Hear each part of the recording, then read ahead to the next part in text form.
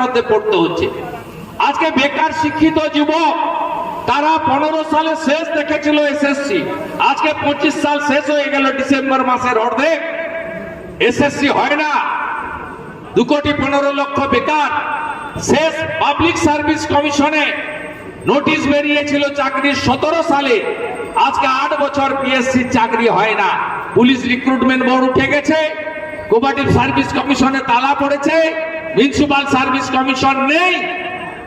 আজকে এই কঠিন অবস্থা থেকে বেরিয়ে আসতে হলে মানিকতলা বিধানসভা কেন্দ্রের নির্বাচনী কার্যালয় বা অ্যাসেম্বলি অফিস খোলার দিন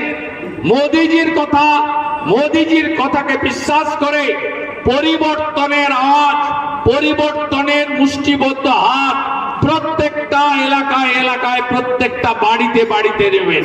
যে প্রকাশ্য পারবেন বলবেন, যে প্রকাশ্য পারবেন না নিজে নিজে সংকল্প নেবেন, আমরা বাঁচাবো এই বাংলাকে। আমরা আর